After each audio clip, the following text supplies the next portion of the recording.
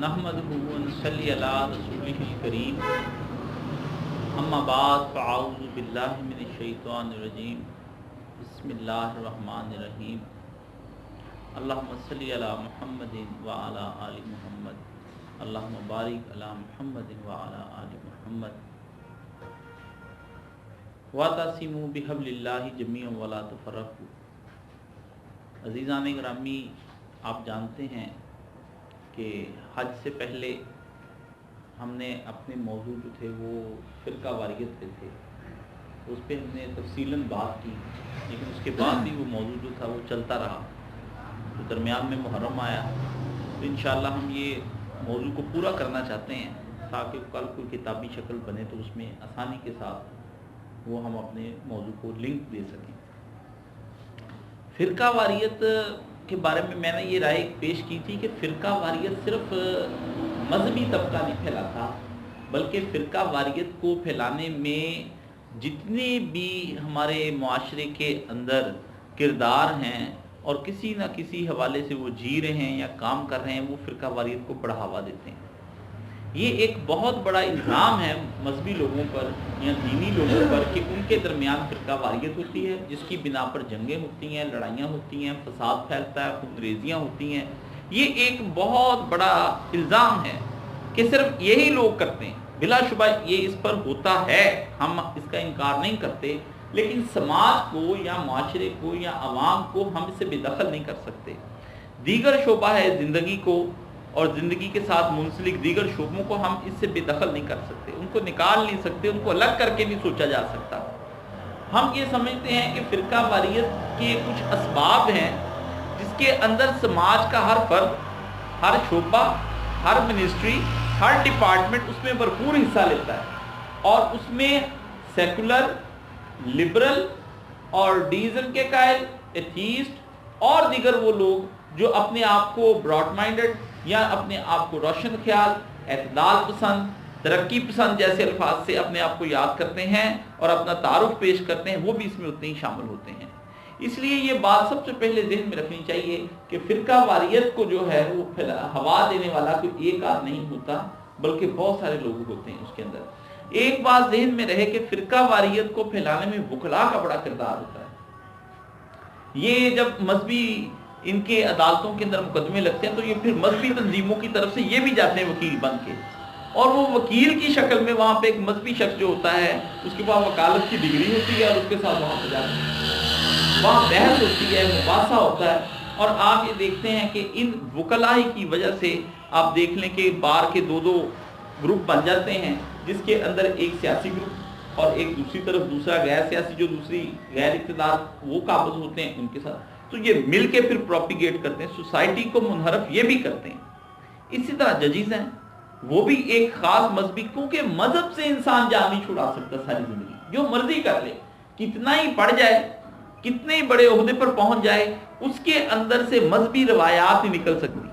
وہ برکیف کسی نہ کسی مذہب کا پرچارک ہوگا، چاہے وہ مذہب الہامی ہو چاہے وہ مذہب غیر الہامی ہو۔ غیر الہامی مذہبوں میں کون کون سے مذاہب آ جاتے ہیں؟ ہر وہ مذہب جو الہامی نہیں، یعنی یہودی نہیں ہے، عیسائی نہیں ہے، اور اس وقت مسلمان نہیں ہے، تو باقی وہ دیگر مذہب، چاہے وہ یہ کہے کہ میں خدا کو نہیں مانتا، یہ بھی ایک مذہب، خدا کو نہ ماننا بھی ایک ازم ہے، ایتھیزم، یا یہ سمجھنا کہ خدا معطل ہو چکا ہے، ڈیزم اس کو کہتے ہیں، یہ بھی ایک ازم ہے۔ اگر وہ سمجھتا ہے کہ میں لا ادریت مجھے کچھ نہیں پتا، یہ بھی ایک ازم ہے، اسے ایگنوسٹکزم کہتے ہیں۔ اسکیپٹکزم، تشکیک و شک میں اگر پتہ نہیں دنیا کس سے بنائی کس نے، یہ بھی ایک ازم ہے۔ جہاں ازم آ جائے گا، ISM، جہاں پہ یہ وہ دین ہے اور اس دین کے اپنے ان کے نقطہ نظر ہے، یعنی انسان کو کسی نہ کسی نظریے کے تحت زندگی گزارنا ہوگی، وہ زندگی کو کسی نہ کسی رخ سے دیکھے گا، کوئی نہ کوئی اینک لگانی پڑے گی، کوئی نہ کوئی شیشے لگانے پڑیں گے کہ جس کی بنیاد پر وہ اپنی زندگی گزارتا ہے، چاہے وہ عیاش ہو، چاہے وہ فاسق فاجر ہو، چاہے وہ کتنا ہی نیک کیوں نہ ہو، اس کو ایک چیز ضرور اختیار کرے۔ تو اس لیے جتنے لوگ بھی ہیں وہ اپنے آپ کو یہ کہیں کہ مذہبی اس چیز کا ذمہ دار ہے، کہ مذہبی لوگ ہی ہر وقت فرقہ واریت اور خون ریزی اور فساد میں حصہ لیتے ہیں، یہ بات غلط ہے۔ آپ جا کر دیکھیں کہ برما کے اندر جو لوگ مارے جا رہے ہیں وہ کس بنیادوں پر مارے جا رہے ہیں؟ وہ مذہب کی بنیادوں پر، وہ کون سا، کیا اسلام ہی ایک مذہب ہے جس کی وجہ سے وہ مارے جا رہے ہیں؟ اور آپ دیکھیں ریسزم یعنی نسل کی بنیاد پر امریکہ کے اندر لوگ قتل کر دیے جاتے ہیں کہ گورا ہے یا کالا ہے، اس کی بنیادوں پہ قتل ہو جاتے ہیں. کس لیے وہ کس بنیاد پر قتل ہوتے ہیں؟ کیا وہ مذہب ہی اس کی جڑ ہے؟ آپ دیکھتے ہیں کہ وہ اتار کر یہ پوچھتے ہیں کہ آپ کون سی زبان بولتے ہیں. اگر وہ پنجابی بول رہے ہیں تو اس کو گولی مار دیتے ہیں، کیونکہ ان کی وہ زبان نہیں وہ بول رہے تھے جس سے وہ متعلقہ صوبہ ہوتا ہے. وہ پنجابی اس کا کارڈ دیکھتے ہیں، پنجاب سے وہ گولی مار دیتے ہیں. تو صوبائیت کی بنیادوں پر بھی ہوتا ہے، رنگ کی نسل پہ بھی ہوتا ہے، زبان کی نسل پر بھی ہوتا ہے. فساد اور فتنہ اپنے ذاتی محدود مفادات کی بنیاد پر بھی برپا کیا جاتا ہے. اس لیے یہ کہنا کہ مذہب یا دینی لوگ اس کے ذمہ دار ہیں، یہ انتہائی غلط سوچ ہے. پہلے عوام کو یہ روشناس کرایا جائے، اور یہ بہت بڑی وجہ ہے جس کی وجہ سے لوگ دین کی طرف نہیں آتے. لوگ کہتے ہیں ہم اس لیے کہ میرے پاس اتنی الوؤں کی بحث میں نے کی نہیں، کہ فالتو عقل مجھ میں تھی نہیں. ٹھیک ہے نا، مذہبی بحث میں نے کبھی کی ہی نہیں کیونکہ فالتو عقل مجھ میں تھی ہی نہیں. یعنی وہ سمجھتے کہ فالتو عقل چاہیے اس مذہبی بحث کے لیے یا مذہب کی طرف راغب ہونے کے لیے. تو سب سے اہم چیز جو ہے وہ یہ دیکھنے کی اس کے اندر آ جاتی ہے کہ ہمیں یہ دیکھنا ہے کہ اس کے اندر کون کون سے لوگ. اس میں آپ دیکھیں میڈیا بہت زیادہ سب سے آگے. اس کا کام ہی میڈیا کا یہ ہے کہ مختلف شہروں اور مختلف علاقوں کے اندر جو واقعات آتے ہیں تو ان کو وہ غلط تصورات کی بنا پر، کچھ محض اپنے تعصبات کی بنا پر تقریریں اور تحریریں وہ عام کرتے ہیں. آپ دیکھتے ہیں کہ اس وقت ہمارے ملک کے اندر مختلف چینل ہیں، اور وہ مختلف چینل ہر دیکھنے والے کو جس کی آنکھ کھلی ہے، جو ذہین ہے، جو ان لوگوں کی چالاکیوں کو سمجھتا ہے، جو شیطان کے کاموں کو سمجھتا ہے، جو شیطان کی فلسفی کا ماہر ہے، وہ اس چینل سے جو ہی خبر سنے گا اس کو پتہ چل جائے گی یہ کس کے خلاف دی جا رہی ہے اور کیوں دی جا رہی. خبر ہی بتا دیتی ہے، وہ خبر نہیں ہوتی، وہ اس کے خلاف ایک پروپیگنڈا ہوتا ہے جس کے ذریعے سے وہ عوامی ذہن بنانے کی کوشش کرتے ہیں. اور اس میں یہ میڈیا اس کے اندر سب سے زیادہ کردار یہ ادا کر رہا ہے. اسی طرح ہم دیکھتے ہیں کہ جو ڈاکٹرز ہیں، آپ ان کے اندر دیکھ لیں، یہ انہوں نے بھی اپنے وہاں پر جو ہے بنایا کہ میں شیعہ ڈاکٹر ہوں، یہ سنی ڈاکٹر ہے. آپ اسے بتائیں میں حضرت علی کا ملازم ہوں تو وہ آپ کا علاج فری کر دیتا ہے. کسی اہل حدیث سے چیک کرائے کہ ماشاءاللہ آپ نے موحد بھائی ہیں جی، تعارف کرا دیتے ہیں ایک دوسرے کو، وہ کہتے ہیں سبحان اللہ، مل کے خوشی ہوئی، اس کا آپریشن بڑا اچھا کرتے ہیں، بڑا سوچ سمجھ کے کرتے ہیں. ٹھیک ہے نا. تو یعنی ڈاکٹرز بھی اس کے اندر انوالو ہیں، اس کے اندر وکیل بھی انوالو ہیں، ججز انوالو ہیں. آئی ٹی کا کوئی ماہر ہے پروفیشنل، آپ جا کر دیکھ لیں کہ اس وقت انفارمیشن ٹیکنالوجی کی دنیا کے اندر جس قدر آئی ٹی کے اندر فرقہ واریت پھیلائی جا رہی ہے آپ تصور نہیں کر سکتے ہیں. پورے ہر فرقے کے گروپ بیٹھے ہوئے ہیں اور وہ اپنے فرقے کی پوسٹیں جو ہیں وہ بنا کے انٹرنیٹ پر پھینکتے رہتے ہیں، اور وہ اپنے فرقے کو پروموٹ کرنے کی کوشش کرتے ہیں اور اپنے دوسرے فرقے کو ذلیل کرتے ہیں. ان کے کبھی دائرے لگا کے دکھائیں گے کہ مولانا طارق جمیل اگر نماز پڑھ رہے ہیں نا، اگر وہ نماز پڑھ رہے ہیں ایک ہمارے اسلامی بھائی کے جو سبز پگڑیاں باندھتے ہیں تو مدنی بھائی کے پیچھے نماز پڑھے تو وہ پھر دونوں کے ہاتھوں کے اوپر دائرہ بنا کے دکھاتے ہیں کہ نماز میں ہاتھ صحیح کس نے باندھے ہوئے ہیں بتائیے. ایک اہم سوال، یعنی اگر وہ ہاتھ پہ ہاتھ رکھا ہوا ہے تو یہ غلط ہے، کیونکہ اس بیوقوف نے سنا ہی ہے کہ یہ اس طرح ہاتھ پکڑنے والا ہے، یہی صحیح ہے، یہ صحیح نہیں ہے، تو وہ سمجھتا ہے کہ یہ صحیح. تو وہ سارے کہیں گے ہاں جس کو ہاتھ نہیں باندھنے آتے آپ اس مولانا طارق جمیل کی بات کر رہے ہیں. حالانکہ ہاتھ پہ ہاتھ رکھنا وضو ہے اور یہ قبض ہے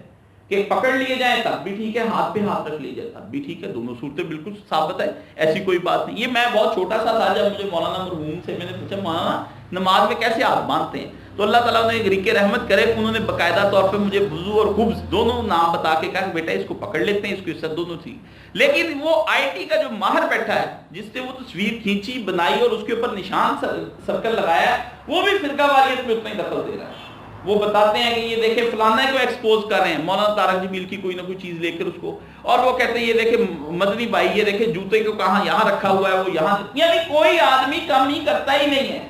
کوئی آدمی کمی نہیں کرتا چاہے وہ انفارمیشن ٹیکنالوجی کا بندہ ماہر کیوں نہ ہو. اسی طرح آپ دیکھتے ہیں کامرس کے ماہر ہیں، کامرس کے ماہر ان لوگوں کا یہ کام ہے کہ وہ دیکھتے ہیں کہ یہ حکومت چونکہ ہمارے فرقے کو پروموٹ کرنے والی ہے، فلانی حکومت ہے اور وہ پیپلز پارٹی کو مطلب کرتے ہیں، اس میں شیعت زیادہ ہے، تو وہ پھر کیا کریں گے، وہ جناب سارے اس کی طرف پیپلز پارٹی کی طرف ہو کر کے نون لیگ کے سارے جتنے ایوب ہیں وہ گنوانے شروع کر دیں گے. اور نون لیگ والے جو ہیں وہ اس کے جو ہیں چہتے وہ بھی ایک، یعنی فساد. فرقہ واریت کیا ہے؟ فرقہ واریت فساد اور خون ریزی کا نام ہے،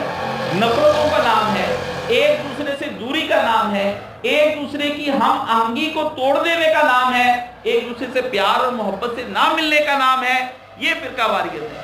تو فرقہ واریت صرف مذہبی ابحاث سے بھی سامنے آتی، بلکہ فرقہ واریت ہمیشہ جب بھی سامنے آتی ہے تو وہ اپنے ساتھ دیگر شعبوں کو بھی ساتھ لے کر آتی ہے۔ اس لیے یہ مت سمجھا جائے کہ یہ کوئی اور کام کرتے ہیں جی، مذہبی لوگ کرتے ہیں، اس کے علاوہ کوئی اور آدمی یہ کام نہیں کرتا۔ یہ اپنے ذہن میں رکھنا چاہیے۔ جہاں کہیں بھی آپ جائیں گے، فساد فی الارض کا مرتکب جو گروہ بھی ہوگا وہ آپ کے اندر گروپزم یعنی اس کو سیکشنزم بنا دے گا، فرقہ واریت آپ کے اندر بنا دے گا۔ اس کے اب اسباب میں نے کہا تھا کہ اس کے اندر کون کون سے لوگ ہوتے ہیں جو اس کو بڑھاوا دیتے ہیں، اس فرقہ واریت کو؟ کون آدمی اس کو بڑھاوا دیتا ہے؟ کون لوگ ہوتے ہیں جو اس کے پشت پناہ ہوتے ہیں؟ یہ بات سمجھنے کی ہے کہ کون ہے جس کو آگے بڑھاتا ہے۔ فرقہ واریت کی سب سے پہلے یہ دیکھا جائے کہ اس کی فکری، اخلاقی اور عملی سرپرستی کون کرتا ہے، کون ان کو اس طرح کے جواز پیش کرتا ہے، کون سی فکر اس کے پیچھے سب سے پہلے یہ سمجھ لیجیے کہ فرقہ واریت کو بڑھاوا دینے والا دراصل شیطان کا بیٹا ہے۔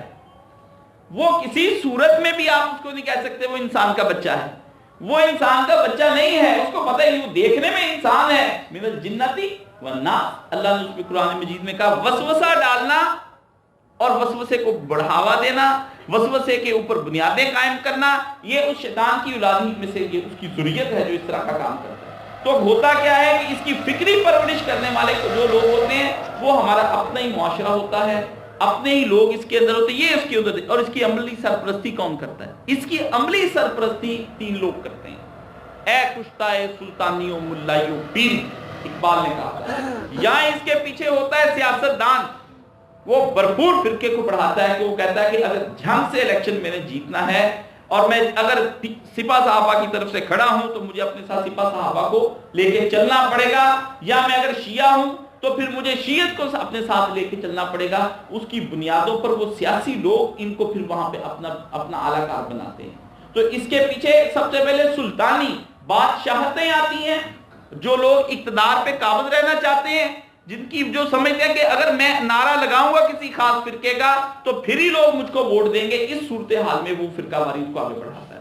اور پھر دوسری اس کے اندر آ جاتا ہے ملائیت، یعنی مولوی صاحب جو یہ چاہتے ہیں کہ لوگ میرے ہاتھ چومیں، میرے پاؤں چومیں، مجھے پروٹوکول دیں، چندہ آئے، مسجد بنے، مدرسہ بنے، وہاں پر لوگ آ کر کے مجھے نظر نیازیں ہم سب کو دیں۔ یہ پیچھے اس کے پیچھے یہ مولانا صاحب بھی اس کے پیچھے ہوتے ہیں، اور وہ بھی شیطان کا ہی بچہ ہوتا ہے۔ وہ دیکھنے میں داڑھی ہوتی ہے، عبا بھی ہوتی، کباب بھی ہوتی، شیروانی بھی ہوتی، جناح کیپ بھی ہوتی، گول ٹوپی بھی ہوتی، سیدھی ٹوپی بھی ہوتی، رنگوں والی ٹوپی، غیر رنگوں والی پگڑیاں، سب چراکیاں ہوتی ہیں اس کے، تاکہ ایک سیکٹرنزم میں بناؤں اور اس کے پیچھے میں اس کو لے کر آؤں۔ اگلا مرحلہ آ جاتا ہے پیروں کا۔ پیر بھی بہت بڑھاوا دیتے ہیں۔ پیر کو پتہ ہے اگر میں ان لوگ کو بیوقوف نہ بناؤں گا، میں ان کو دم درود تویز داغا، اور اس کے بعد میں پھر میں ان کو یہ نہ کہوں کہ تمہیں وہاں کون چھڑائے گا اور کون تمہیں آگے لے کر جائے گا، اور بے پیرے آدمی کا پیر شیطان ہوتا ہے، تو وہ ان کے جو مزارات ہوتے ہیں وہاں پر بھی جا کے جاہل عوام کیا کرتی ہے، وہاں پیسہ سب سے زیادہ دیتے ہیں، باقی چیزوں کی ان کو ضرورت نہیں ہوتی، باقی تو پیسے کے ذریعے سے خرید لیتے ہیں۔ اصل چیز تو اس کے پیچھے پیسہ ہوتا ہے، پیسہ ہوتا ہے اور حب جاہ ہوتی ہے کہ میرا ایک منصب ہو، لوگ مجھے مانیں، مجھے اتھارٹی سمجھیں، جو میں کہہ دوں وہ حرفے آ کر ہو جائے۔ یہ اس کے اندر فرقہ واریت کے اندر یہی سن اے کشتہ سلطانیوں ملائیوں پیر، یہ 3 لوگ عملاً سرپرستی کرتے ہیں، اور اس عملاً سرپرستی میں کسی شخص کو مار دینا ہو، کسی کی امام بارگاہ یا مسجد کے اوپر بم پھینک دیں، کسی جگہ پر خود ہی بم دھماکہ کروا لیں، یہ ان کو کوئی نہیں، اپنے ہی بندے مر جائیں تب بھی کوئی نہیں۔ بلکہ مجھے وہ یاد ہے کہ ایک صاحب نے لکھا تھا کہ ایک بہت بڑی سیاسی لیڈر نے کہا کہ میرا جو اب اجتماع ہوگا نا سیاسی، وہ تقریر میں نے رکھی ہے ڈیرہ غازی خان میں، تم وہاں ڈی آئی جی لگے ہوئے، تو تمہیں میرے ہی جلسے کے اوپر اتنی پھینٹی چڑھانی، لوگوں کو اتنا پھینٹی لگانی ہے، بہار مت۔ انہوں نے کہا جناب آپ کا جلسہ، اس نے کہا بس نہیں، وہ ادھر پھر انہوں نے جلسہ کیا، جلسہ کر کے پھینٹی شینٹی لگی، انہوں نے کہا اس باطل حکومت کو ہم ختم کریں گے،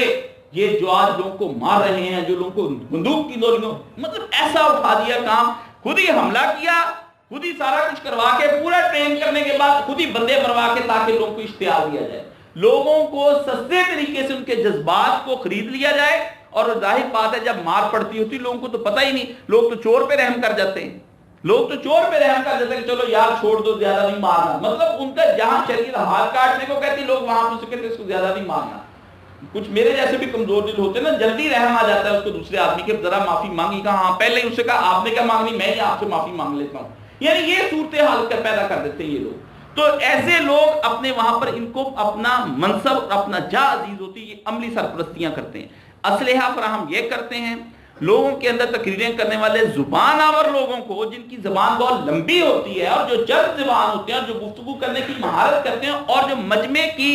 ذہنیت کو مد نظر رکھ کر گفتگو کر کے اس کو ٹیکل کرتے ہیں، یہ ایسے لوگ فرقہ واریت کو پھیلانے کی کوشش کرتے ہیں، اور یہ اس کی سرپرستیاں یہ تینوں شخص کرتے ہیں۔ اے کشتائے سلطانی و ملائی و پیری، اقبال نے کہا تھا کہ تینوں نے مل کے تیرے سینے میں خنجر پھونکا ہے، اگر تیری موت واقع ہوئی ایمانی طور پر تیری روح سلامت نہیں ہے تو ان تینوں کی وجہ سے آج سلامت نہیں، اگر تیری خودی باقی نہیں تو ان تینوں کی وجہ سے باقی نہیں، اگر تو یہ سمجھتا ہے کہ دنیا میں انصاف نہیں تو ان تینوں کی وجہ سے انصاف نہیں ہے، یہ تینوں مل کے کام کرتے ہیں۔ اور آپ دیکھ لیں کتنے کتنے بڑے لوگ ہیں، انہوں نے اپنے کس کس جگہ پر وہاں کے مخدوم اور یہاں کے مخدوم بنے ہوئے ہیں، اور وہ کس کس جگہ پر وہاں پہ وہ پگڑیاں باندھ لیتے ہیں، ہاں جی، جاتے ہیں روپ دھارتے ہیں، پگڑیاں باندھ لی، سفید رنگ کے کپڑے پہن لی، کیونکہ حضرت صاحب کے سجادہ نشین وہی ہیں، لیکن جو ہی وہ امریکہ جاتے ہیں تو ہیلی کے ساتھ سر کے ساتھ ٹکراتے ہوئے ان کے ہاتھوں میں جام ہوتے ہیں۔ تو یہ کیا ہے سارا کچھ؟ یہ لوگ اندھے ہو جاتے ہیں کیا؟ یعنی اپنے پیروں کو بھی دیکھ کر کے، ان کے ہاتھوں سے بھی دیکھ کر کے لوگ پھر بھی اندھے ہو جاتے ہیں۔ سر عام نے پچھلے دنوں یہاں پر انہوں نے ایک دکھایا کہ اس کے اندر ایک بابا جی عورتوں کو کے ساتھ جپیاں ڈال رہے ہیں اور ان کے ساتھ جناب انہیں بڑے پیار محبت، مردوں کو انہوں نے وہ دیکھا کہ ننگا اتروا کے کپڑے اتروا کے وہ تالابوں میں نہلا رہے ہیں۔ مووی بن گئی، سب کچھ ہو گیا، لیکن وہاں کے مریدوں کے کان پہ جوں نہیں جوں ہے۔ غیرت تھا جس کا نام تیمور کے گھر سے گئی، اقبال نے کہا تھا، وہ تیمور کے گھر سے رخصت ہو گئی، جو بھی چیز چاہیے تھی مسلمانوں کے قلب سے غیرت بھی آنکھوں سے، حضرت صاحب لوٹ رہے ہیں، عزت تو کیا بات ہے، حضرت صاحب کی لوٹی ہوئی عزت تو کمال کی عزت ہوتی ہے نا، لوٹتا ہے جو وہ عزت لوٹی ہوئی ہوتی جو دراصل کوئی گنڈا لوٹے، حضرت صاحب لوٹ لے تو کوئی مسئلہ نہیں۔ یہ ایک ذہنیت ہے، یہ جس کو سرپرستیاں دیتے ہیں یہ لوگ، اور وہاں پر کھانے پینے کی چیزوں کا اہتمام ہو جاتا ہے، بس لوگوں کو پھر لنگر سے کام ہوتا ہے، حضرت صاحب کے اس سے بخشے جانا ہے، ایک ذہنیت بنا دی نا، اس کے پیچھے یہ مولویت ہوتی ہے۔ اور کرتے کیا ہیں یہ لوگ؟ یہ تینوں مل کر کام کرتے ہیں۔ اللہ تعالیٰ نے قرآن مجید میں تینوں کو ذکر کیا ہے، فرعون، حامان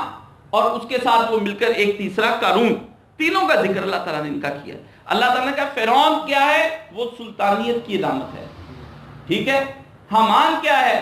حامان وہاں پر آپ سمجھ لیں کہ حامان ان کا مذہبی پیرو تھا، ان کا جو تھا وہ ملا تھا، اور قارونیت جو اس کی سرمایہ داری کا نظام تھا، ان تینوں کا، تینوں مل کے اس حکومت کو پروموٹ کرتے ہیں، تینوں ایک دوسرے کے معاون ہوتے ہیں۔ جہاں کہیں بھی ان پیروں کو ضرورت پڑ جاتی مذہبی طور پر تو یہ پہلے جذباتی طور پر گفتگو کرتے ہیں، تو جو پیر ہوتے ہیں وہ جذباتی کہ تم نہیں جانتے، اس کو پھر دلائل کون فراہم کرتے ہیں؟ ان کو مولوی صاحب فراہم کرتے ہیں دلائل، کیونکہ پیر تو پڑھا نہیں ہوتا، وہ تو جاہل ہوتا ہے، اس کا تو ساری بنیاد سینہ پر سینہ گدڑ پہ چل رہی ہوتی نا، وہ ادھر سے نور لے رہا ہوتا ہے، پھر اگلے سینے سے دے رہا ہوتا ہے، سینے سے لگا کے آگے بھیج رہا ہوتا ہے، اس کا یہ کام ہے۔ اب اس کو پڑھا لکھا مولوی کس طرح، جو مدرسے کا پڑھا ہوا ہوتا ہے، جس کو عربی فارسی خوب آتی ہے، وہ پھر اس کو مزین کرتا ہے، وہ دیتا ہے حاضر ناظر کے مسئلوں پر دلیلیں دیتا ہے، نور بشر کے ہیں غیب کے، اور پھر یہ سب مسائل پیر دیتے ہیں، توسل پہ، استغاثے پہ، یہ ان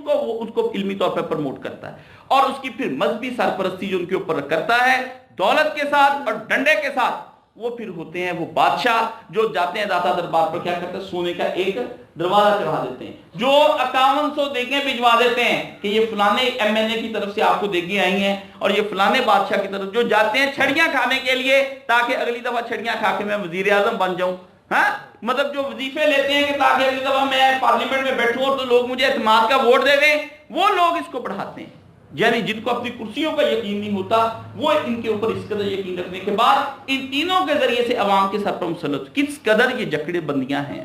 کس قدر یہ زندان ہیں۔ آدمی ایک قید خانے سے نکلے گا دوسرے قید خانے میں داخل ہو جائے گا، دوسرے سے نکلے گا تیسرے میں، کہیں تو قابو آئے گا نا،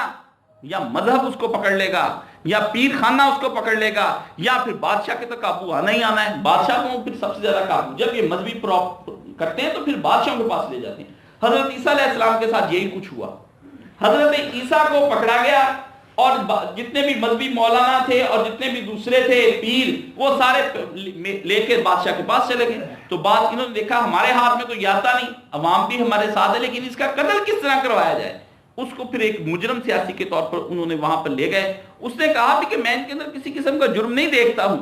اور نہیں جی، انہوں نے کہا کہ اچھا، اس نے بھی ایک امتحان کی خاطر کہ چلو حضرت عیسیٰ کی جان چھوٹ جائے، اس نے ایک ڈاکو کو جس کا نام برابا تھا اس کو لایا گیا، حضرت عیسیٰ کو لایا گیا، دونوں کو سامنے رکھ کے اس نے کہا یہ ڈاکو ہے جس سے تمہاری عزتیں لوٹ لی ہیں، تمہارا گھر لوٹا ہے، تمہارے مال لوٹے ہیں، تمہیں قتل کیا ہے، یہ مجرم ہے، 100 قاتلوں کا نہیں ہزاروں قاتلوں کو انہوں نے قتل کیا ہے، معاشرے میں فساد مچاتا ہے، تمہیں غلام اور کتا بنا کے رکھا ہوا ہے،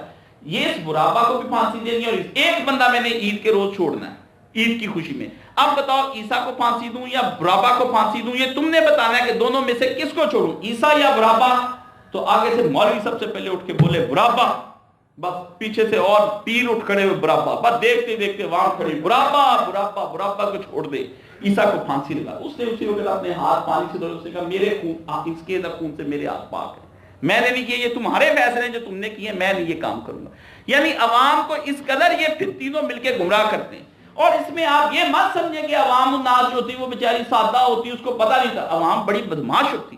عوام کو فل عیاشی چاہیے ہوتی، عوام کہتی ہے، عوام اس نشئی کی طرح کی ہوتی ہے جو اپنا نشہ چھوٹنے نہیں دینا چاہتا، وہ اس کو اتنے عیاشی کے ٹیکے لگ چکے ہوتے ہیں، مزے کے ٹیکے اتنے اس قدر لگ چکے ہوتے ہیں، ان کو تو چاہیے فیس بک، ان کو پتا ہے کہ کندھے ختم ہو جاتے ہیں، آنکھیں جاتی رہتی ہیں، کام بندہ ٹھیک نہیں کرتا، ذہنی مریض ہو جائے، وہ سارے فیچر پہ فیچر لکھتے ہیں، اخباروں کے اندر آتے ہیں، سب کے اندر آتے ہیں، لیکن وہ نہیں ہٹتے، ان کو نشئی کی طرح کا نشہ ہیروئن کا لگ جاتا ہے۔ وہ چاہتے ہیں کہ ہم عوام جو دیکھیں نا، جس کو اپنی زنجیروں سے ہی پیار ہو جائے، وہ آدمی کس طرح آزادی حاصل کرے گا؟ جس کو اپنی زنجیروں کو چومے، اس کو بوسے دے، ان کو سینے سے لگائے اور کہے اے زنجیروں کبھی میرے ہاتھوں سے نہ اترنا، اے بیڑیوں کبھی میرے پاؤں سے نہ اترنا، اے حلقوں میرے گردنوں پہ ہر وقت چڑھے رہنا، اور میں ہر وقت سجدوں میں پڑا رہا ہوں، ان کے سامنے کتوں کی طرح جو، یہ عوام الناس ہیں۔ اس لیے اللہ تعالیٰ نے جہاں ان پیروں کو، مولویوں کو، ان سب کو پھینکنا ہے، یہ عوام بھی ان کے پیچھے، اور بڑی ڈسکشن ہوئی ہے اللہ تعالیٰ کی ان کے قرآن مجید میں، پوری ڈسکشن، سورہ ال اعراف نکال کے پڑھ لیں ہم، وہاں پر جا کے یا قومی یا قومی یا قومی کے لفظ ہیں، آپ جا کر دیکھیں، حضرت صالح، ہود، لوط، جتنے بھی شعیب، سب جتنے بھی نبی ہیں، سب جب گفتگو کرتے ہیں یا قومی، اے میری قوم اللہ کو ایک مانو، اے میری قوم خدا کے ساتھ شریک نہ ٹھہراؤ، اے میری قوم نمازوں میں اے میری قوم گھاٹا تول میں کمی نہ کرو، وزن میں، اے قوم ہی نہیں مانی، قوم ہی نہیں مانی، قوم کو لگ جاتے چسکے، کیوں لگ جاتے ہیں؟ قوم ہی تو مناظرہ کراتی سب سے پہلے مولوی کا، یعنی مناظرہ، یہ کل پرسوں کی بات ہے، ایک صاحب کو مجھے فون آ گیا، وہ مجھے کہنے لگے جی میں فلانی جگہ سے ٹیلی فون کر رہا ہوں، تو مجھے یہ بتائیں بھی سنی شیعہ لڑکا لڑکی دونوں میں سے کوئی بھی ہو جائے تو ان کا نکاح جائز ہے؟ میں کر دیں، نکاح جائز ہے، کر دیں۔ اب دیکھیں نا، جو یہ تو کامی رشتے دیکھنے کی نوبت آتی ہے، یہ تو بعد میں پتہ چلتا ہے یہ سنی ہے، شیعہ ہے، یا کافر ہے یا مسلمان ہے، پہلے عشق معاشقہ اتنا، اسلام تو بعد میں سہارا کے لیے لے لیتے ہیں نا، پہلے کہتے نہیں جی محبت کی، کہتے جی فلانی برادریوں، میں جب 2 برادریوں کی شادیاں دیکھتا ہوں تو بہت کم میری سمجھ میں آتی ہے کہ کوئی کم بھی براڈ مائنڈڈ ہوگا، مجھے اسی وقت کہ یہ پہلے لڑکا لڑکی سیٹ ہوتے، ٹھیک ہے، بعد میں ہمیں اسلام کے لیے لیتے بھی، اسلام میں تو ہر ایک کا قانون جائز ہے نا، یہ آپ کو پتا ہے، اسلام برادریزم پہ یقین نہیں کرتا، میں نے کہا اسلام ویرانے پہ بھی یقین نہیں کرتا، اسلام معاشقے پہ بھی یقین نہیں کرتا، اسلام میں ایک دوسرے کو ملنے پہ بھی یقین نہیں کرتا، اندر ہی اندر کھاتے چلا کے میسجنگ پہ اور ادھر ڈیٹنگ پہ، اس پہ اسلام اس پہ بھی یقین نہیں کرتا، صرف برادری کو چھوڑیے، پہلے جو سارے کام ہو گئے، اب تو بچہ ہونے والا ہو گیا تو آپ کو اسلام پہ کہتا کہ اس پہ یقین نہیں کرتا، تو آپ آئیں آپ ہمارے پاس، تو وہ مجھے کہتے جی آپ ہمیں فتویٰ لکھ کر دیں، ہم نے تو بڑی دیر کے بعد آپ کا تعریفیں بھی کرتے ہیں، آپ کے علم کے کیا کہنے، فیس بک پہ سنا، ایمان تازہ ہو گیا، پہلے 10 منٹ یہی لگاتے ہیں، بیوقوف بناتے ہیں تاکہ عالم کے اندر 2-4 گولیاں نا خوش آمدید کی چلی جائیں، تحریف کی، تحسین کی، وہ چل جائے، عالم ہو جاتا اتنی دیر میں ٹھنڈا۔ میں چاہتا ہوں آپ کو کچھ، میں چاہتا ہوں کہ آپ کو کچھ میں چندہ بھی بھجواؤں، اللہ آپ کے مرکز کو بڑھائے، ایسا دنیا میں کوئی خوب تعریف کرنے کا، پھر کہتے ہیں جی وہ ہم نے ایک چھوٹا سی بات پوچھنی تھی، اس کے بارے میں اپنی رہنمائی چاہیے، بڑے اچھے الفاظ کے ساتھ۔ تو میں نے کہا جناب کس وجہ سے پھر آپ کہہ جی آپ لکھ دیں، میں نے کہا اور لوگوں سے لے لیں فتویٰ، کہہ جی وہ کہتے ہیں جائز نہیں ہے،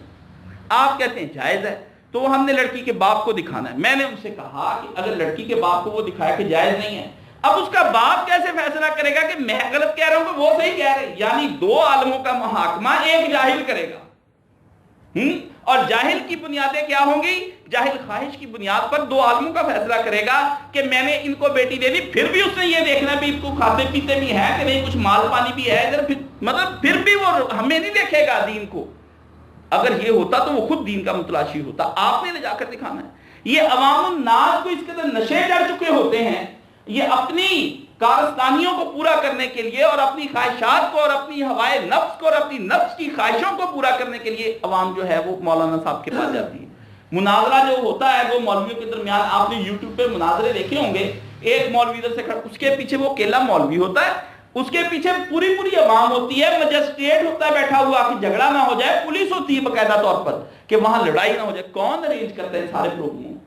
سارے وہی کرتے ہیں، جو مسجد کی بدکار جو انتظامیہ ہوتی وہی کرتی ہے، یہ نیک نہیں ہوتی انتظامیہ۔ کوئی حاجی صاحب نیک ہوں گے، باقی سب کنجر بدماش ہی ہوتے ہیں، داڑیاں انہوں نے رکھی ہوئی ہوتی ہیں، وہ مولوی کو جدھر چاہے ہانک لیتے، مولوی ادھر ہانکوں کو جاتا ہے، بیچارے کے پاس پیسے نہیں، افسوس پاس ملا دے ہندے اپنے کر دے دانے،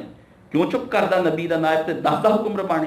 مولوی کی جیب میں پیسے نہیں ہوتا، بیچارہ کہاں سے کما کے لائے، اخیر خدا کا دین بھی بتاتا ہے، ٹھنڈا میٹھا کر کے جو یہ کتے بھونکتے وہ کہہ دیتا ہے۔ اس لیے یہ انتظامیہ بھی مسجد کی اتنی ذمہ دار مدارس کی ہوتی ہے، جو جن کے اپنے گھروں کے اندر بڑے اچھے خاندان کا، اور مولویوں کو کہتے ہیں کہ آپ 6-7 ہزار روپے گزارا کریں، رسول پاک کا گزارا اس طرح ہی ہوا کرتا تھا۔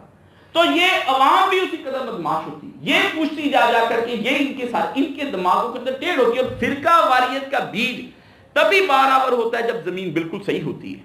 زمین یہ آپ دیکھتے ہیں کہ اس قدر لوگ فرقہ واریت میں کیوں قتل ہو جاتے ہیں، اس کے اندر آپ دیکھیں کہ اس کی زمین ہی اس قدر خوبصورت اور زرخیز ہے کہ اس کے اندر جو بیج بھی آپ بو دیں گے وہ ختم ہو جائے گا۔ جاپان کے اندر آپ دیکھیں جا کر، ایک کلپ دیکھنے کو ملا، روڈ پہ اہل کشیدگی بھائی ہمارے ماتم کرتے جا رہے ہیں، ادھر تو درمیان میں سڑکوں کلاس کیا کرے نا بند، وہاں پہ لگ جائے پتہ، وہ سائڈ پہ اسے ادھر ہی کرتے ہیں، وہاں پہ 5 7 10 20 بندے آپ نے نکل، اور کچھ پولیس والے دیکھ بھی کیا تماشا لگا رکھا ہے ان سب نے نا، وہاں دیکھ مذہب کو بدنام کرو، یعنی چھوڑنا نہیں فرقہ، وہاں پہ آپ نکل کے کیا ماتم کریں، کن کے خلاف آپ ماتم کریں؟ آپ گھر میں نہیں کر سکتے، نفل نمازیں گھر میں نہیں پڑھتے، جہاں چیز اگر یہ نیکی ہے عبادت ہے گھر میں باہر نکل کے کیوں کرنی؟ نہیں، یہ ہر جگہ موجود ہوتے ہیں۔ اسی طرح جلوس نکلتے ہیں پیروں کے، اسی طرح وہاں پہ سلفی بھائی ہیں، وہ اپنے وہاں پہ پروگرام بناتے ہیں، حدیثوں پہ جھگڑے ہوتے ہیں، مسجدوں کے اندر آوازیں بلند ہوتی، لوگ دیکھتے ہیں بھی دو آپس میں سلفی لڑ رہے ہیں، وہ کہتا ہے یہ نہیں صحیح، یہ کہتا ہے وہ نہیں صحیح، یہ سب عوام ہی ہوتی ہے جو وہاں پر، اور جتنا بھی ہوتا ہے پروموٹ کرتی ہے اس کو عوام، پیسہ عوام سے آتا ہے۔ کون ڈونرز ہوتے ہیں؟ عوام ہی ان کی ڈونرز ہوتی ہیں، جو بھی پیسہ گھوم گھام کے کسی عوام کے اوپر لگتا ہے۔ اس لیے عوام کے بارے میں قرآن مجید میں بار بار جو اللہ نے فرمایا کہ ان سے پوچھا جائے گا کہ ان کو گمراہ تم نے کیا تھا، تو وہ آگے سے یہ کہیں گے کہ نہیں نہیں یا اللہ ہم نے ان کو گمراہ نہیں کیا، یہ تو اپنی مرض سے لگے، تو وہ جواب میں کہیں گے یا اللہ انہوں نے تو ہمیں گمراہ کیا تھا، اور پھر وہ یہ کہیں گے اے کاش ہم لوٹا دیے جائیں، یہ پورا سورہ بقرہ میں آتا ہے کہ اے کاش ہم لوٹا دیے جائیں۔ غم اور غصہ دو چیزیں اس کے اندر آئی، عوام کا یہ فکرہ دو وجہ سے وہ کہیں گے کہ ہم ان کے پیچھے کبھی نہ چلیں، یعنی کیا؟ ایک تو ان کو غصہ آیا عوام کو، اچھا ہمیں بیوقوف بنایا، دوبارہ صحیح یا اللہ دنیا میں بھیج ہمیں دوبارہ سے، مطلب کیا کہ ہمیں دوبارہ بھیجا، ہم ان کے پیچھے ہیں۔ ایک ان کو غم لاحق ہو گیا، افسوس کہ ہم کن لوگوں کے پیچھے پڑے ہیں۔ دو وجہ سے یہ عوامی آواز وہاں پر آئے گی، اور یہ اللہ نے ان کو کہا ہاں کر لے جاؤ ان کو جہنم کے اندر، ان کے لیڈروں کو بھی، ان کے مولویوں کو بھی، ان کی عوام کو بھی، سب کو لے کر جاؤ اور ان کو جہنم کے اندر پھینکو۔ دوسرا دانشور اس کو بڑا بڑھاوا دیتے ہیں، بیٹھ جاتے ہیں وہاں پہ، وہ کسی خاص کوئی دنیا کا دانشور، میری بات یاد رکھ لیں، میں آپ کو صاف بات کہہ دوں، نہیں نا کسی کا پتہ چلتا بھی یہ کس فرقے سے ہے، بس اس کو کسی نماز کے وقت میں دیکھ لیں، آپ کو پتہ چل جائے گا کس فرقے سے، آمین کہتا ہوا، فاتحہ پڑھتا ہوا، سینے پہ ہاتھ رفع جائے، اسی وقت پتہ چل جائے گا یہ کس فرقے سے۔ ایک سیکنڈ وہ جتنا مرضی کہ جب میں براڈ مائنڈ ہوں، میں کھلا ہوں، میں مسلم ہوں، آپ اس کو دیکھ لیں اس وقت میں، اور نہیں تو اس کے مقابلے میں آپ 7 نماز ادا کر لیں، 2 اگر آپ ذہین ہوئے نا تو آپ کو پتہ چل جائے گا اس نے کس نگاہ سے مجھے دیکھا ہے، بالکل، چاہے وہ سلام پھیر کے نا اس طرح بیٹھا زمین پہ تسبیح کرتا ہو، ہے اس کے دل میں کوئی بات چل رہی، بھی میرے ساتھ وہابی کھڑا ہو گیا ہے یا بریلوی کھڑا ہو گیا یا دیوبندی کھڑا ہے، اندر بات چلتی ہے۔ یہ ذہنیتیں ہیں جس کی وجہ سے فرقہ واریت کے اوپر، اور دانشور جتنے کالم نگار آپ لے لیں وہ سب کے سب کسی نہ کسی فرقے سے اور کسی نہ کسی ازم سے اور کسی نہ کسی نظریے سے وابستہ ہوتے ہیں، وہ آپ کو گمراہ کرتے ہیں۔ اس لیے وہ پینٹیں شرٹیں پہن کے ٹائیاں شائیاں لگا کے کلین شیو ہو کے بیٹھ جاتے ہیں، تاثر یہ دیتے ہیں کہ ہم لبرل اور سیکولر ہیں، ہم تو بہت آزاد خیال ہے، ہم تو پتہ ہی کچھ نہیں ہے، یہ سب فساد مولویوں کا پھیلایا، ان کا بھی وہی ہوتا ہے۔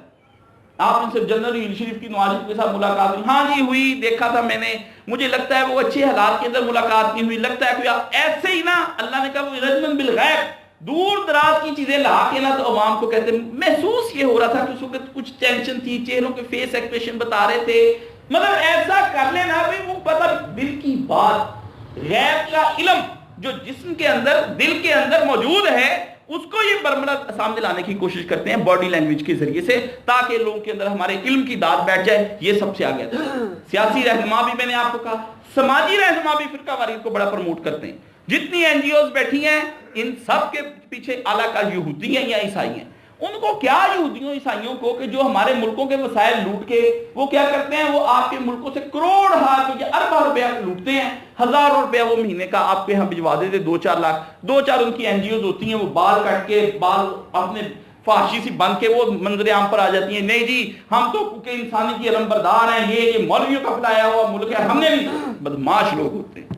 اور ان کی این جی اوز کو باقاعدہ طور پر سپورٹ کون کرتا ہے؟ وہی لوگ کرتے ہیں یہود و نصارہ، جو ان کو پیسہ دیتے ہیں، حنود کرتے ہیں. کوئی ہندو اور کفار کوئی بھی کسی شکل میں ہو وہ ان کو پروموٹ کرتے ہیں کہ سوسائٹی کو آپ نے اسٹیبل نہیں ہونے دینا، ڈی اسٹیبل کرنا ہے. یہ مضبوط ہو کے یعنی یہ پلر لگ گیا، آپ نے کوشش کرنی بھی رات پلر کھڑا ہو گیا، آپ رات میں اس کو 1-2 دفعہ ہلا دیں تاکہ وہ اپنی جگہ سے ہل جائے. سوسائٹی مضبوط نہیں ہونے دینی کسی صورت میں، کوئی ذہنیت مضبوط نہ، کوئی نہ کوئی چکر. اگر جیسے رانا لیاقت علی نے کہا تھا کہ اگر اسلام نافذ ہوا تو سب سے پہلے بے پردہ ہو کر میں نکلوں گی.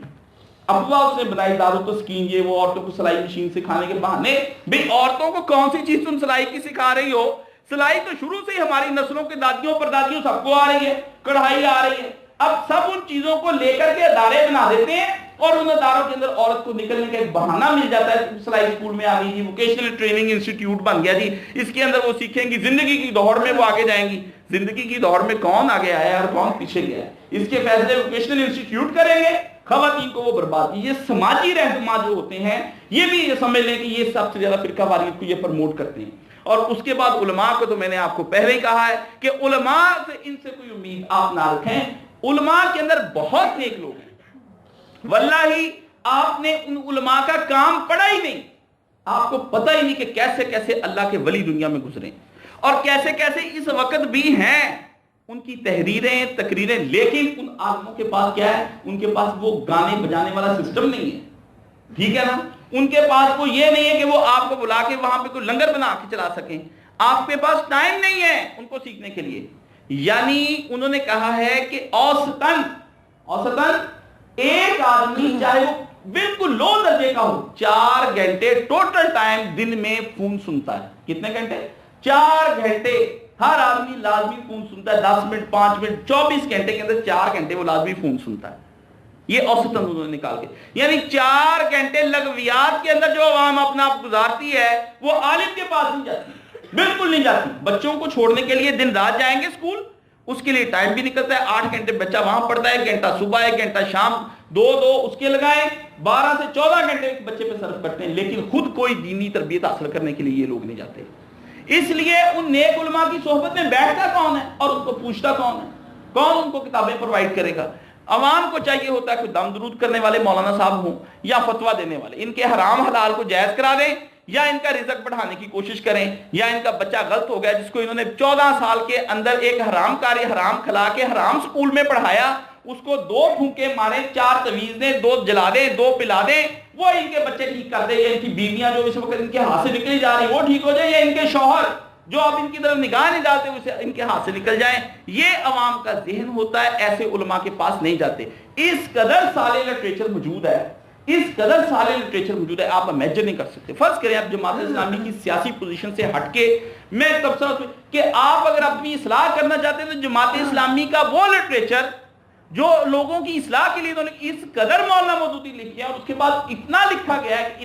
گیا کہ قیامت کے دن اللہ تعالیٰ کسی جماعت کا لٹریچر نہیں لائے. جماعت اسلامی کا لٹریچر ہے نا، تو جماعت اسلامی کو جہنم میں جانے کے لیے اور ہمیں جہنم میں جانے کے لیے وہ لٹریچر ہی کافی ہوگا. وہی ہمارے خلاف ثبوت بن جائے. جیسے نواز شریف کا کہتے ہیں پناما لیکس کا، چونکہ اس نے مان لیا ہے کہ یہ میری ہے جگہ تو ثبوت بھی یہی پیش کریں، یہ نہیں عدالتی مطلب کاروائی چلا رہی. اسی طرح ہم سب کو جہنم میں جانے کے لیے اتنے لٹریچر اللہ پاک نے بنا دیا ہے کہ ہم وہ لٹریچر لے کے جہنم میں جانے کے لیے کافی ہو جائیں گے. یہ عوام کا یہ اس قدر ان کا سال لٹریچر.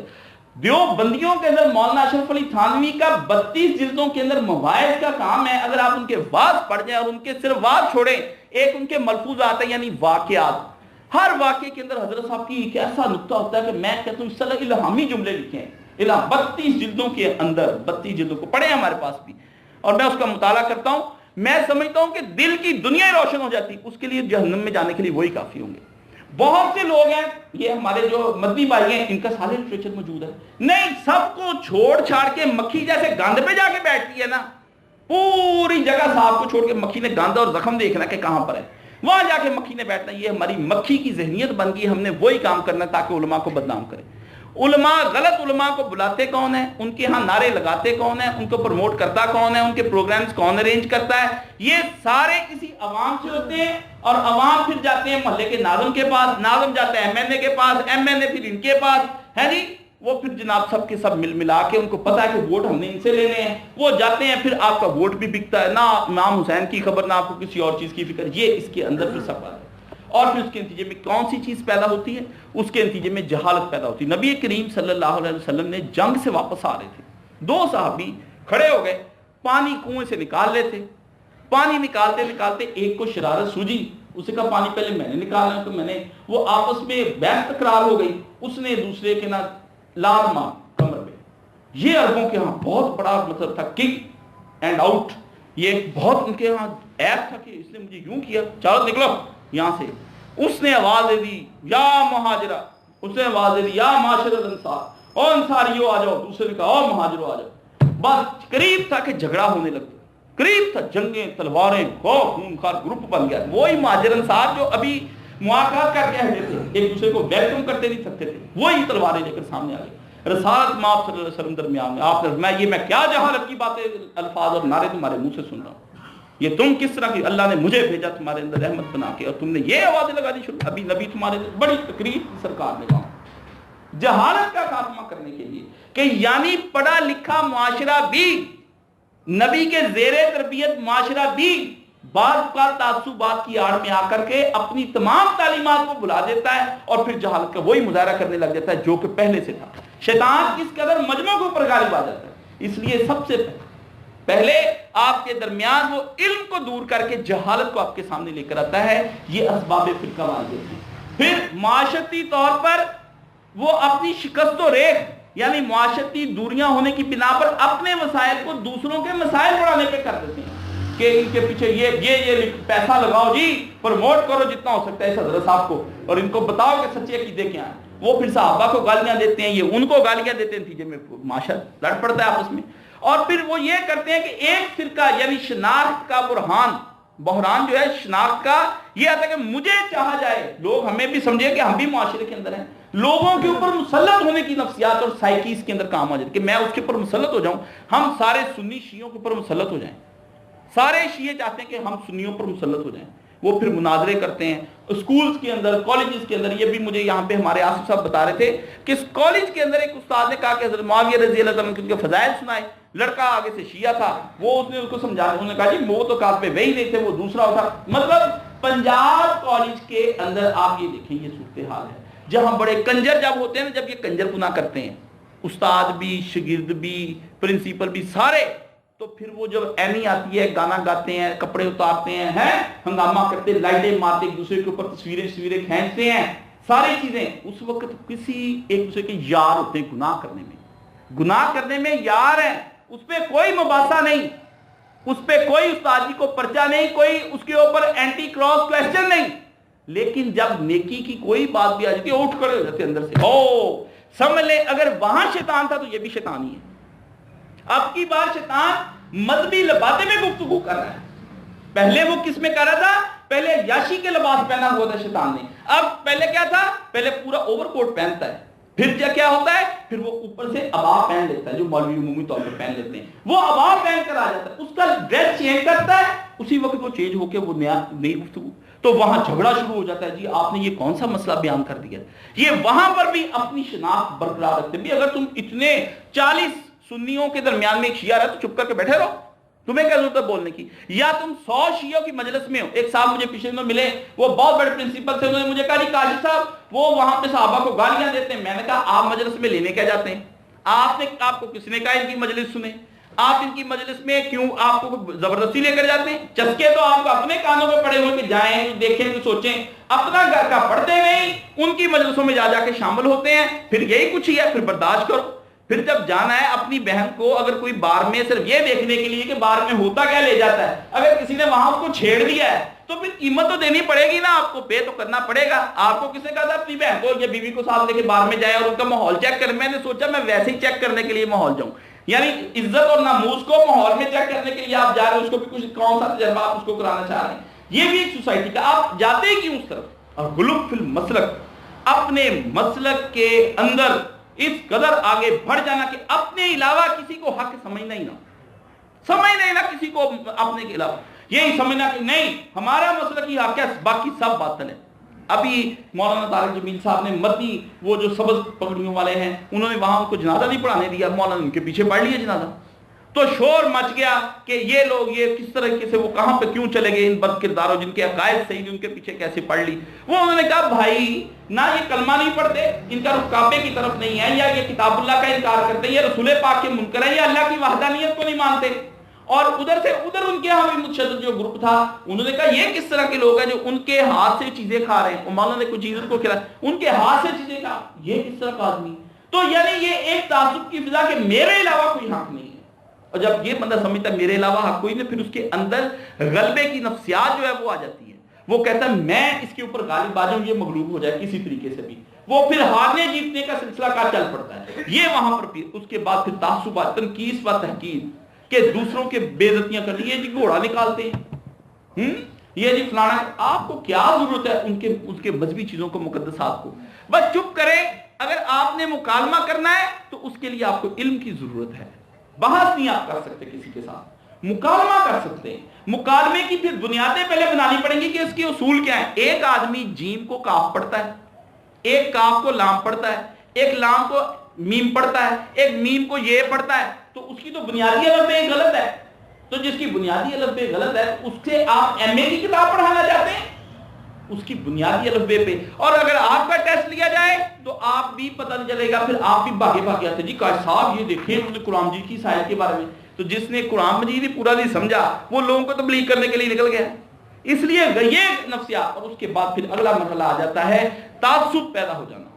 پھر آپ ہوتے ہیں کہ نہیں جی ٹھیک ہے آپ اپنے مسلک پہ رہیں، ہم اپنے مسلک پہ رہیں گے، نہ اسلام نہ کلام، معاشرتی بائیکاٹ، ختم، ہم نہیں ملنا چاہتے۔ یہ پھر ایک تعصب آپ کے اندر آ جاتا ہے، اس کے نتیجے میں پھر اگلا مرحلہ جو آتا ہے وہ اس سے بھی زیادہ خوفناک ہو جاتا ہے، تشدد شروع ہو جاتا ہے،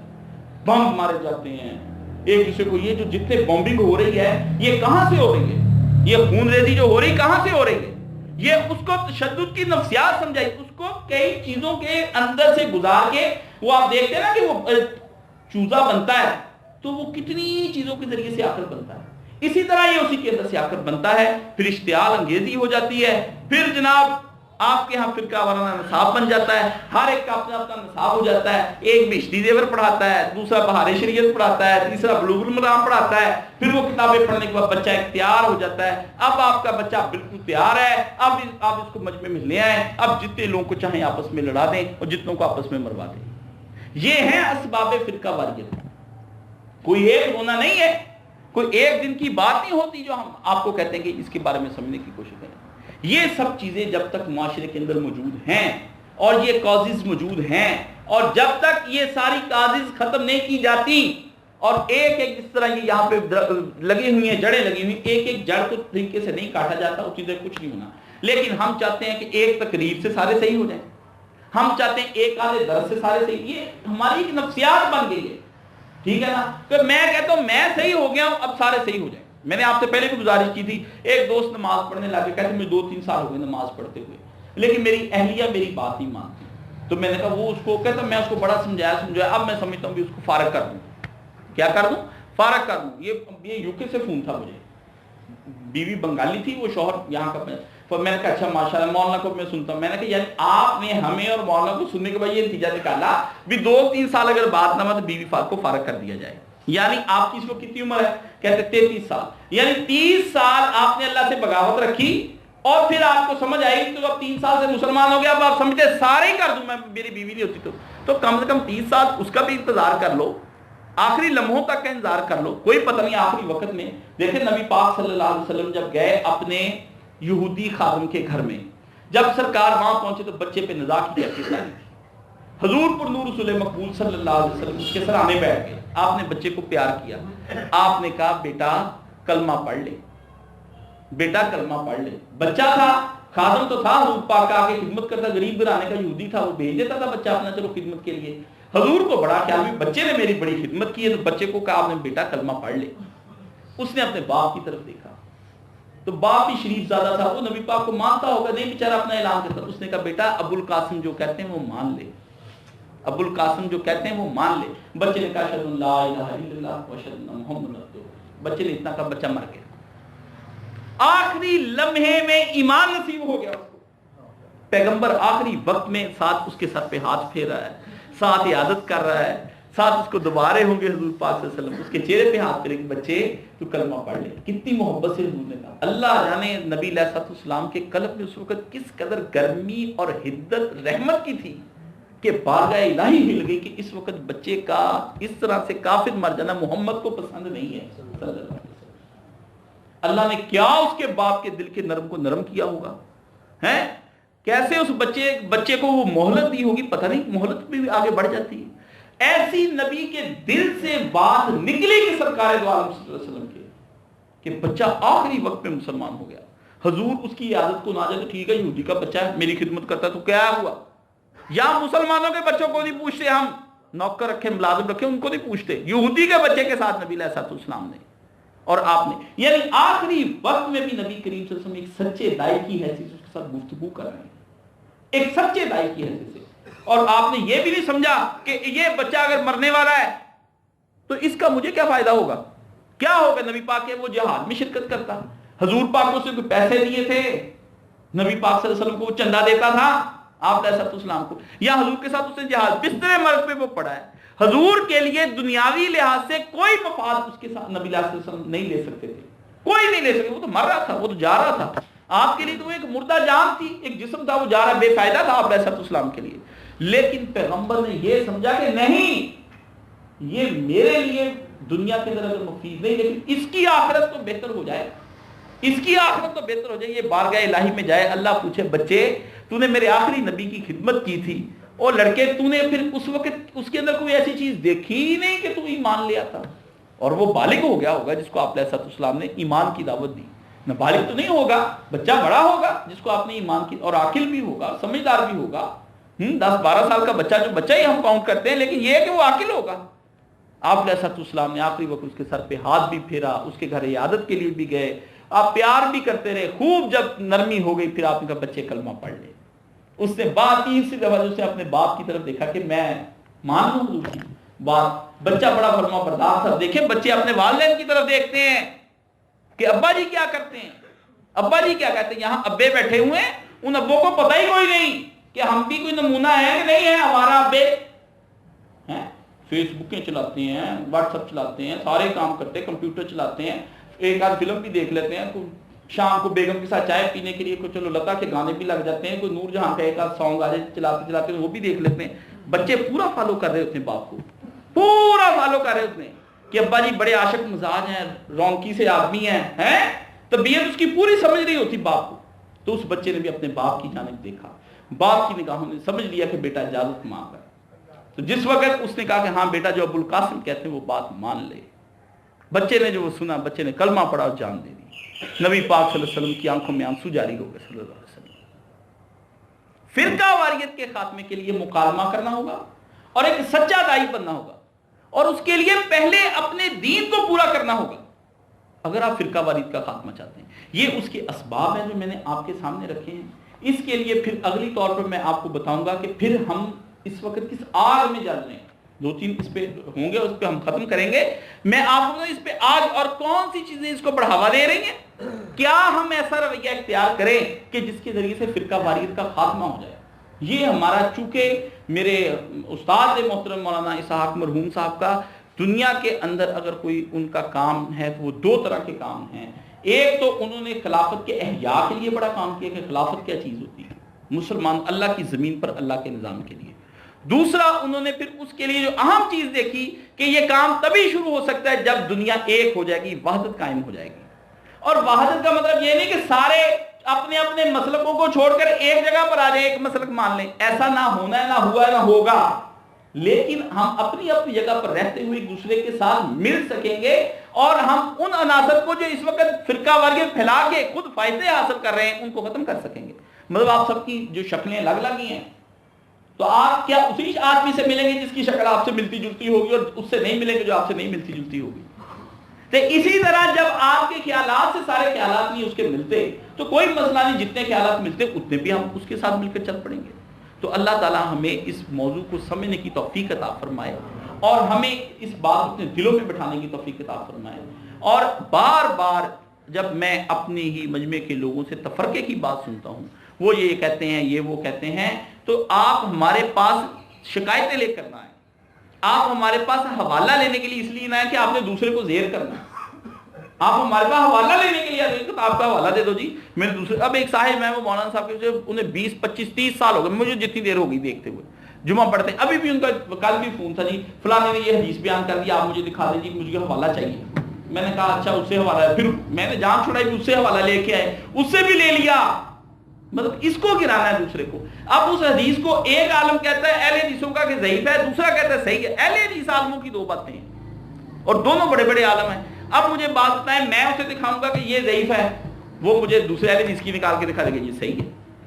وہاں فیصلہ کیسے کرنا ہے؟ تو اس سے یہ سمجھ میں آیا کہ وہ آدمی جس نے بات سن کر اس کو انا کا مسئلہ بنا لیا اور اس کو زیر کرنا چاہتا ہے، اس آدمی کو پہلے عقل کرنی چاہیے تھی کہ میری اس کے ساتھ اس موضوع پر بحث بنتی بھی ہے یا نہیں، جب مجھے علم ہی نہیں ہے بھرپور، اور تم کو یہ بھی نہیں پتا کہ یہ حدیث کہاں پر ہے، اور جبکہ اس پہ مولانا مرحوم نے پورا ایک خطبہ بھی دیا ہوا ہے۔ میں نے کہا آپ نے خطبہ سنا ہے؟ کہتا ہاں جی سنا ہے۔ تو میں نے کہا اس کو بتا دیں، کہتا نہیں اس کو سمجھ، حالانکہ مولانا صاحب نے پورا خطبہ دے کر اس کا حل بھی بیان کیا تھا۔ پھر کیا خطبہ اس سے سنا ہوگا؟ سو جاتے ہیں گھروں سے نا، وہ فنرگن سیرپ ہوتا تھا بچے کو دیتے، پلا دے بچہ سو جاتا ہے۔ یہ گھر سے آتے ہیں جمعہ پڑھنے کے لیے، گھر سے آتے ہوئے فنرگن کا ایک سیرپ لے آتے ہیں، بھی چلو اچھی طرح ایک دو پیا، پی کے کراٹے پہ کراٹا چل رہا ہے، جب اٹھے تو وضو کر بے وضو کے نماز پڑھ لی۔ جو غبی اسٹوڈنٹ، جو اس کو پتہ ہی نہیں کہ 8 دن کے بعد میں جانا ہے، اس دن تو گرم پانی سے بھی آپ وضو نہ کریں، ٹھنڈے سے کر کے آئیں تاکہ آنکھیں کھلی رہیں، چائے شائے پی کے آئیں، کافین آپ لے کر آئیں، اپنی جو سگریٹ کا پان نشہ پورا کرنا ہے کر کے آئیں، اندر کی طلبیں توڑے، پھر باہر کیا آپ کے اندر سے علم جائے گا۔ اس لیے گوف بند کے، دماغ بند کر کے، ابھی آ جائے گا وہ 12 ربیع الاول، اس پہ پھر آپ دیکھ لیں کیا تماشے ہوں گے، وہ پھر ہمارے بھائی اڑیں گے، وہ کچھ کریں گے، پھر یہ کریں گے، پھر ان سے میں پوچھوں گا کہ پھر کیا کریں؟ نبی کا اگر دن نہیں منانا، فرض کریں نبی علیہ السلام کا دن نہیں مناتے، تو میں ان اہل حدیثوں سے پوچھتا ہوں پھر کیا کرنا چاہیے؟ ہمیں بتا دیں، ہمیں بتا دیں پھر کیا کرنا چاہیے۔ وہ پوچھتے ہیں بھی چلو دن نہیں مناتے، اس دن آقا کی یاد آتی، درود شریف پڑھتے ہیں، سب کچھ کرتے ہیں، حضور پاک یاد آتے ہیں، کوئی دے تو ہونا چاہیے۔ دنیا کے اتنے ہنگامے، ان کا جواب ہے کہ اتنے ہنگامے ہو گئے زندگی کے کہ چلو ایک دن ہی سوچ لیں اپنے نبی کو، ہم بیٹھ کے ایک جواب بناتے ہیں نا وہ۔